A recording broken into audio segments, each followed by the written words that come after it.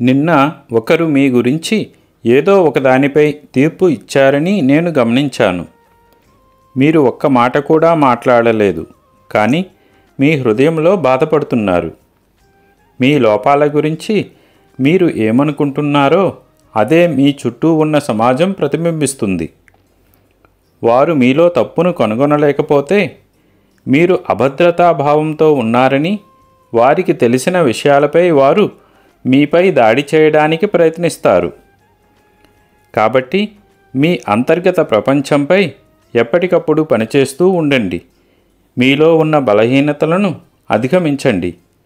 ఈ విధంగా మీరు బలమైన మరియు దృఢమైన వ్యక్తి అవుతారు. ఎండ నుండి రక్షణ కోసం గొడుగు, కండువా లేదా టోపీని తీసుకెళ్లాలని గుర్తుంచుకోండి. నా దృష్టి ఎప్పుడూ మీ మీద, మీ కుటుంబం మీద ఉంటుంది. అల్లా మాలిక్.